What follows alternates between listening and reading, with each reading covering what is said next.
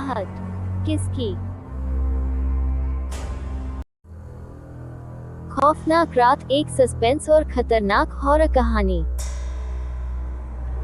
शहर से कुछ दूर घने जंगलों के बीच एक छोटा सा गांव था जिसका नाम था काली घाटी। इस गांव की पहचान उसके रहस्यमय अतीत से थी। लोग कहते थे कि यहाँ रात के समय किसी अनजान शक्ति का वास होता है। कोई भी सूरज ढलने के बाद उस घाटी की ओर रुख नहीं करता था। गांव के लोग मानते थे कि काली घाटी के पीछे कुछ ऐसा भयानक राज छिपा है जिसे जानने की कोशिश करने वाला कभी वापस नहीं आता। वह रात भी कुछ अलग नहीं थी। सर्दी अपने चरम पर थी और गांव के सारे लोग अपने अपने घरों में दुबके हुए थे। लेकिन गांव के बाहर से एक कार आकर रुकी। कार से उतरे 4 दोस्त, राहुल, नेहा, सुमित और रीना। वे सभी शहर से गांव की ओर एक रहस्यमय यात्रा पर आए थे। उन्होंने गांव के लोगों की बातों को महज एक अफवाह माना और तय किया कि वे काली घाटी की सच्चाई का पता लगाएंगे। राहुल ने गांव के बुजुर्ग से घाटी के बारे में पूछा। बुजुर्ग की आंखों में डर झलकने लगा। उसने कपकपाते हुए कहा, मत जाओ। काली घाटी में मौत तुम्हारा इंतजार कर रही है। वहां जाने वाला कोई भी वापस नहीं लौटा।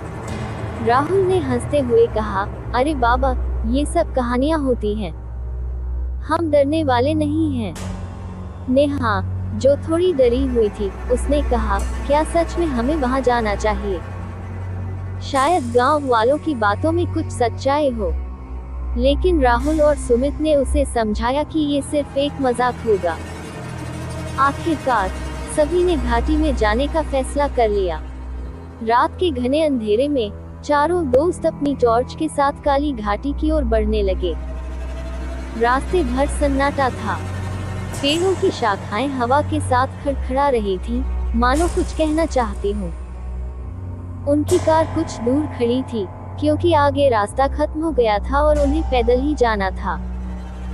जैसे जैसे वे घाटी की ओर बढ़ते गए, हवा और ठंडी होती गई। अचानक रीना ने महसूस किया कि उसके पीछे कोई है। उसने पलटकर देखा, लेकिन वहां कोई नहीं था।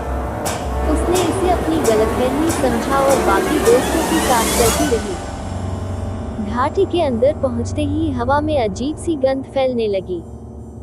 एक पुरानी हवेली की तरह की संरचना उन्हें घाटी के बीचों बीच दिखाई दी। हवेली पूरी तरह से टूटी फूटी थी और उसके दरवाजे से अजीब सी आवाजें आ रही थी। राहुल ने कहा, चलो अंदर चलते हैं, शायद हमें कुछ सुराग मिल जाए। वे चारों डरते डरते हवेली के अंदर दाखिल हुए। अंदर का माहौल बेहद भयावह था। हर कोने में अंधेरा था और दीवारों पर अजीबोगरीब निशान बने हुए थे। जैसे ही वे आगे बढ़े, अचानक से दरवाजा जोर से बंद हो गया।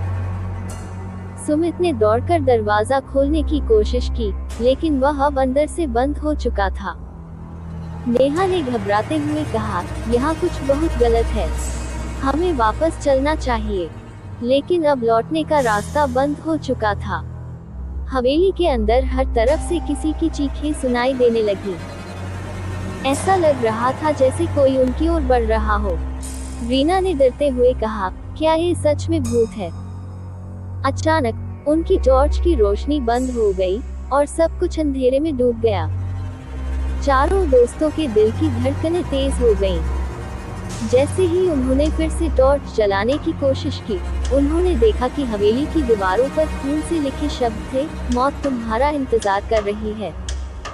राहुल ने कहा, ये कोई मजाक कर रहा है, हमें डराने की कोशिश हो रही है। लेकिन तभी हवेली के एक कोने से एक साया निकलकर उनके सामने आ गया। उसकी आंखें जलती हुई लाल थीं और वह बहुत ही डरावनी आवाज में बोला, तुमने यहाँ आने की जुर्रत की, अब तुम्हारी मौत पक्की है। राहुल ने हिम्मत जुटाकर कहा, तुम कौन हो, क्या चाहते हो? साया हंसते हुए बोला, मैं इस घाटी का रक्षक हूँ। यहाँ आने वाले को कभी वापस जाने नहीं दिया जाता। तुम सब मेरी शिकार हो। सुमित ने जल्दी से दरवाजा खोलने की कोशिश की, लेकिन वह नाकाम रहा। उस साए ने राहुल को अपनी ओर खींचना शुरू किया। राहुल चीखने लगा, लेकिन उसकी आवाज हवेली की दीवारों के बीच गुम हो गई। नेहा, रीना और सुमित अपनी जगह पर जम गए। वे चाहकर भी कुछ नहीं कर पा रहे थे। राहुल अचानक गायब हो गया, मानो जमीन ने उसे निगल लिया हो। अब सिर्फ 3 दोस्त बचे थे। साया उनकी तरफ बढ़ने लगा। रीना ने कहा, हमें यहाँ से भागना होगा। सुमित ने एक खिड़की देखी और कोशिश की कि उसे तोड़कर बाहर निकला जा सके। तीनों ने मिलकर खिड़की तोड़ी और किसी तरह बाहर निकले। लेकिन जैसे ही वे बाहर आए, उन्हें महसूस हुआ कि वे अब भी उसी हवेली के अंदर थे। हवेली ने उन्हें फंसा लिया था। साया उनकी तरफ बढ़ता जा रहा था। नेहा ने रोते हुए कहा, हम कभी यहाँ से बाहर नहीं निकल पाएंगे। सुमित ने कहा, नहीं, हमें हार नहीं माननी चाहिए। लेकिन साया अब उनके बहुत करीब था।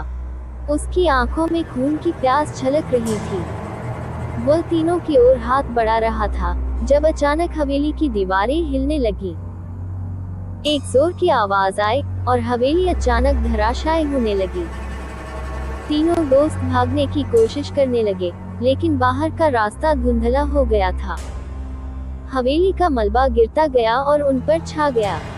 अंत में हवेली पूरी तरह से ढह गई और तीनों दोस्तों की चीखें उसी मलबे के नीचे हमेशा के लिए दब गईं। काली घाटी का रहस्य कभी हल नहीं हो सका। गांव के लोगों ने फिर से वही कहा, जो वहां जाता है कभी लौटकर नहीं आता। और वो रात हमेशा के लिए खौफनाक रात के नाम से जानी गई।